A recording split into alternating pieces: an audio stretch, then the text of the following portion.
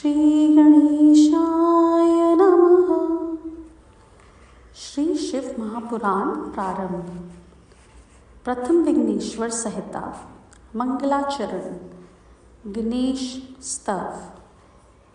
इक रंदन सिंदूर वंदन काटिए विघन गणेश, राम लखन मानस विमल विचरिए सदा महेश।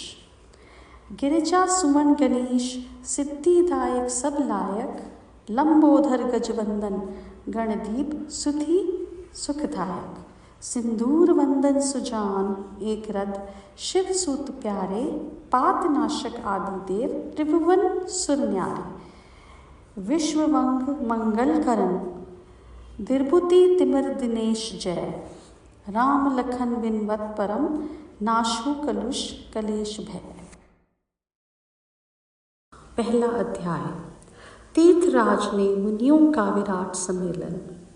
श्री व्यास जी कहते हैं, एक समय श्री गंगा और किलिंदी के संगम महाक्षेत्र परम पावन प्रयाग में जब मुनियों ने अपना एक विराट सम्मेलन किया, उसमें सूत जी ने आने पर सभी लोगों को अपने अपने स्थानों से उठकर उनका पूजन सत्कार करके हाथ जोड़कर यह प्रार्थना की कि हे मुनीश्वर, कलयुग में सभी प्राणी पाप ताप से पीड़ित हो, सतकमर्थित पर निंदक चोर वह सिग्रामी, दूसरों की हत्या करने वाले, देहाभिमानी, आत्मज्ञान रहित, नास्तिक, माता पिता से द्वेष करने वाले और स्त्रियों से दास हो जाएंगे तथा किसी में भी धर्म नहीं रह जाएगा।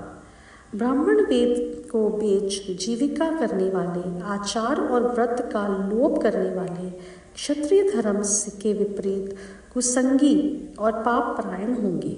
इसी प्रकार वैश्य भी संस्कारहीन, अपने धर्म से रहित, कुमार्गी, मुहाच्छन्न और परम लोभी होंगे।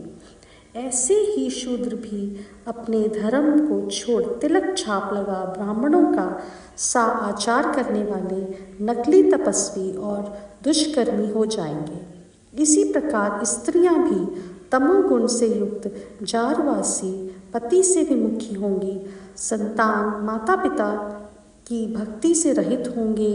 ऐसे नष्ट बुद्धि मनुष्यों की लोक परलोक में क्या दशा होगी तथा वह किस उपाय से सद्गति को प्राप्त होंगे। हे सूत जी, इस सम्मेलन में आप इस प्रकार प्रकाश डालिए, क्योंकि हम लोगों को इसी बात की बड़ी चिंता है कि जगत के आगे क्या दुर्दशा होगी। दूसरा अध्याय। शिव पुराण की महिमा का संहिताओं के भेद। सूत जी बोले, हे मुनीश्वरों, यह आपके त्रिलोक हितकारी बड़ा अच्छा प्रश्न किया है। मैं आप लोगों की ऐसी रुचि देखकर श्री गुरु जी का स्मरण कर जो कहता हूँ उसे आदर सहित सुनिए। कली के पाप का नाश करने वाला परमार्थदायक शिव पुराण नामक ग्रंथ सब ग्रंथों से उत्तम वेदांत सार का भी स्वरूप है, जिसके पढ़ने सुनने से मनुष्य सर्वोत्तम शिव गति को प्राप्त होता है। वेद और श्री ब्रह्मा जी की संपत्ति के अनुसार श्री शिवजी जी ने ही पहले इस श्री शिव पुराण की रचना की, जिसमें विंघेश्वर संहिता, रुद्र संहिता, विनायक संहिता, उमा संहिता, मातृ संहिता, एकादश रुद्र संहिता, कैलाश संहिता, शतरुद्र संहिता, कोटि रुद्र संहिता, सहस्त्र कोटि रुद्र संहिता, वयव्य संहिता और धर्म संहिता, इतनी संहिताएं सम्मिलित हैं। यह सभी पुण्यंतर हैं। इसमें विंघेश्वर, रुद्र और विनायक यह तीनों संहिताएं 10-10 हजार तथा उमा और मातृ यह दोनों 8-8 हजार और एकादश रुद्र संहिता 13,000, कैलाश संहिता 6,000, शतरुद्र 3,000, कोटि रुद्र 9,000, सहस्त्र कोटि रुद्र 11,000, वैव्य संहिताएं 10,000 और धर्म संहिता 12,000, कुल 1,00,000 श्लोकों का यह शिव पुराण है। पुराणों में यह चौथा पुराण कहा जाता है। सृष्टि के आरंभ में शिवजी जी ने इसे 100 करोड़ श्लोकों से कहा था। अब यह 24,000 संख्याओं वाला शिव पुराण केवल एक सात संहिताओं में ही शेष रह गया है, यथा लिंगेश्वर संहिता, रुद्र संहिता, शतरुद्र संहिता, श्री कोटि रुद्र संहिता, श्री उमा संहिता, श्री कैलाश संहिता और वैवई संहिता। जो इस तप संहिता युक्त श्री शिव महापुराण को आदर सहित पढ़ेगा वह जीवन मुक्त हो जाएगा।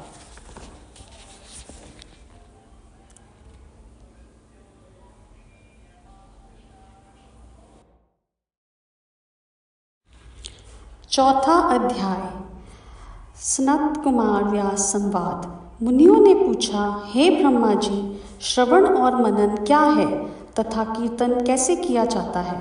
ब्रह्मा जी ने कहा, ईश्वर के रूप गुण का नाम मैं अपनी पूजा और जप से रुचि बढ़ाना तथा निरंतर अपनी युक्तियों सहित अपने मन का उनके सम्मुख रखना मनन है, और श्री परम ब्रह्म महादेव जी अथवा शंभु भगवान के नाम का बारंबार जप करना कीर्तन है, तथा दृढ़ हो भागवत संबंधी शब्दों को सुनना और उसे चित्त में स्थिर करना श्रवण है। तब सत्संग में बैठकर भगवान श्री महादेव जी की कृपा से श्रवण और कीर्तन कर लें, तब उसका मनन करें, और वही सर्वोत्तम मनन है जिससे आत्मा पवित्र हो जाती है। सूत जी बोले, हे मुनीश्वरों, इस पर साधन संबंधी में एक प्राचीन इतिहास आप लोगों को सुनाता हूँ, सावधान होकर सुनिए। एक समय जब सरस्वती नदी के तट पर मेरे गुरु भगवान वेद व्यास जी तप कर रहे थे, तो सनत कुमार जी ने आकर उनके निकट बैठकर पूछा, हे भगवान, शिवजी जी तो प्रत्यक्ष ही सबके सहायक हैं, फिर आप ऐसा तप क्यों कर रहे हो? व्यास जी ने उत्तर दिया, मुक्ति के लिए। इस पर सनत कुमार जी ने कहा, अवश्य, पहले मुझे भी ऐसा ही भ्रम हुआ था, परंतु जब दयालु शिवजी जी की आज्ञा से नंदीश्वर ने आकर मुझे यह बतलाया कि शिवजी जी के श्रवण कीर्तन और मनन से मुक्ति प्राप्त हो जाती है, तब मेरा सारा भ्रम दूर हो गया। अथवा हे ब्राह्मण, आप भी ऐसे ही कीजिए। यह कहकर सनत कुमार जी चले गए। इस पर ऋषियों ने सूत जी से पूछा, जो श्रवण कीर्तन और मनन नहीं करता उस जीव की मुक्ति कैसे होती है, तथा बिना यत्न किए भी वह कैसे मुक्त होता है? पांचवा अध्याय निंदेश्वर परिचय। श्री सूत जी बोले, हे ऋषियों, श्रवण कीर्तन और मनन में आसक्त प्राणी यदि शिवजी जी के लिंग बेर की संस्थापना कर नित्य उनकी पूजा किया करें तो भी वह संसार सागर से तर जाता है। मुनियों ने कहा, वह कैसे? बेर मात्र में ही सब देवियों की पूजा कैसे संभव हो सकती है, और सर्वथा लिंगेश्वर के द्वारा शिवजी जी कैसे पूजे जा सकते हैं? श्री सूत जी बोले, हे मुनीश्वरों, इसके लिए भी स्वयं महादेव जी ने कहा है, किसी अन्य ने नहीं। मैंने श्री गुरुमुख से यही सुना है कि वह एक शिवजी जी ब्रह्म स्वरूप और निष्कल अर्थात कला रहित और कला सहित भी हैं। इस निष्कल में निराकार लिंग की शिव का साकार बेर स्वरूप भी हो जाता है, और इस साकार और निराकार से ही शिवजी जी ब्रह्म संज्ञक भी हो जाते हैं। इसी से लोग उनकी दोनों स्वरूपों की पूजा करते हैं। इस वेदांतसार ओम शरणम प्रणव के लिए भी सनत कुमार जी ने मंदराचल पर्वत पर श्री नंदीकेश्वरी से प्रश्न किया था, जिस पर नंदीकेश्वर ने यह स्पष्ट कहा है कि एकाकी शिवजी जी ही एक प्रकार पूजनीय हैं। कलापूर्ण भगवान शिव का बेर पूजन लोक समस्त है, और वेद ने उनकी आज्ञा दी है, इसकी आज्ञा दी है। इस पर जब सनत कुमार जी ने लिंग बेर की उत्पत्ति पूछी तो नंदीश्वर ने कहा, पूर्व काल में जब ब्रह्मा और विष्णु में युद्ध हुआ था तो उनके बीच में निष्कल शिवजी जी ने स्तंभ रूप में प्रकट होकर विश्व संरक्षण किया था, और तभी से महादेव जी का निष्कल लिंग और वह बेर स्वरूप जगत में प्रचलित हुआ। 6वां अध्याय। श्री नंदिकेश्वर बोले, पूर्व समय में जब श्री विष्णु जी अपने सहायकों एवं अनुचरों सहित श्री लक्ष्मी जी के साथ शेषशय्या पर शयन कर रहे थे, तब ब्रह्म वेदांतों में श्रेष्ठ ब्रह्मा जी स्वयं ही वहां जा पहुँचे और विष्णु जी को पुत्र कहकर पूछने लगे कि तुम कौन हो। हे पुत्र, उठ, मुझे देख, मैं तेरा ईश्वर यहाँ आया हूँ। इस पर शिवजी जी ने ब्रह्मा जी से कहा, हे पुत्र, तुम्हारा कल्याण हो, आओ उठो, मैं तुम्हारा पिता हूँ। इस पर ब्रह्मा जी ने कहा, हे पुत्र, मैं तुम्हारा संरक्षण भी ही नहीं हूँ, अपितु समस्त जगत का पितामह हूँ। विष्णु जी ने कहा, सारा जगत तो मुझसे निवास करता है, तू मेरे ही नाभि कमल से प्रकट हुआ और मुझसे ही ऐसी बातें करता है। जब इस प्रकार उन दोनों महानिम भावनाओं में विवाद होने लगा, तब वह दोनों अपने को प्रभु कहते कहते एक दूसरे का वध करने पर उधक हो गए और युद्ध छिड़ गया। हंस और गरुड़ पर बैठे दोनों अमर ईश्वर परमसर युद्ध करने लगे। इनके वाहन भी लड़ने लगे। उनके पराक्रमी आघातों से देवता अत्यंत व्याकुल हो उठे और उन्होंने कहा, आप दोनों ही अराजकता उत्पन्न करते हैं। यह सारी सृष्टि शिवजी जी की है कि जिन त्रिशूलधारी की इच्छा बिना कोई एक तिनका भी इधर से उधर नहीं हो सकता। हम लोग शिवजी जी के पास जाते हैं। ऐसा कहकर देवगण चंद्रशेखर श्री महादेव जी के पास गए। महादेव जी अपनी सभा में उमा सहित मणिमय दिव्य सिंहासन पर विराजमान थे। दिव्याओं ने साष्टांग दंडवत कर श्री महादेव जी को नमस्कार किया। उन्होंने नमस्कार करते देख श्री महादेव जी ने उन्हें अपने पास बुला लिया और अर्थ गंभीर वाणी से बोले। 7वां अध्याय। शिवजी जी द्वारा विष्णु जी की स्वामित्व प्राप्ति। श्री महादेव जी बोले, हे पुत्रों, तुम कुशल से हो तो कहो, हमारे शासन में सर्वत्र शांति तो है ना? मैंने सुना है कि ब्रह्मा और विष्णु परस्पर युद्ध कर रहे हैं और तुम लोग बड़े दुखी हो। अच्छा, तो मैं अपने कुछ गणों को वहाँ भेजता हूँ, तुम लोग चिंता ना करो।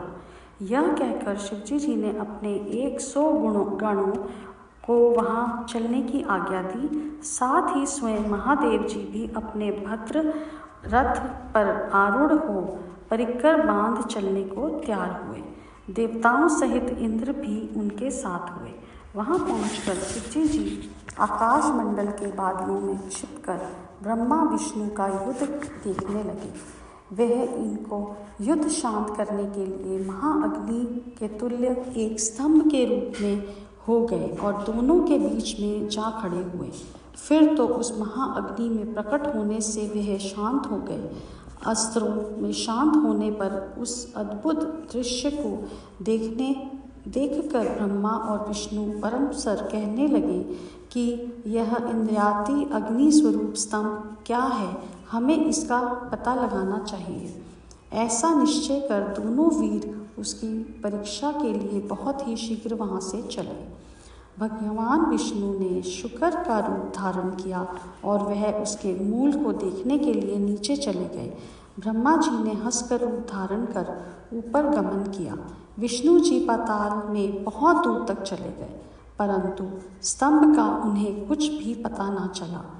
तब वह फिर युद्ध भूमि में लौट आए। उधर ब्रह्मा जी ने आकाश में जाकर केतकी का फूल देखा। उन्हें विश्वास हो गया कि हमें स्तंभ का अंत देख लिया है। वे केतकी का फूल लिए विष्णु जी के पास आए। विष्णु जी ने उनके चरण पकड़ लिए। तब ब्रह्मा ने छल हो जाने से ईश्वर को वहाँ तत्क्षण प्रकट होना पड़ा। तब विष्णु जी ने उनका ही चरण पकड़ लिए। विष्णु जी की महानता से ईश्वर प्रसन्न हो गए। उन्होंने कहा, विष्णु, तुम बड़े ही सत्यवादी हो, अतः मैं तुम्हें अपनी समानता प्रदान करता हूँ।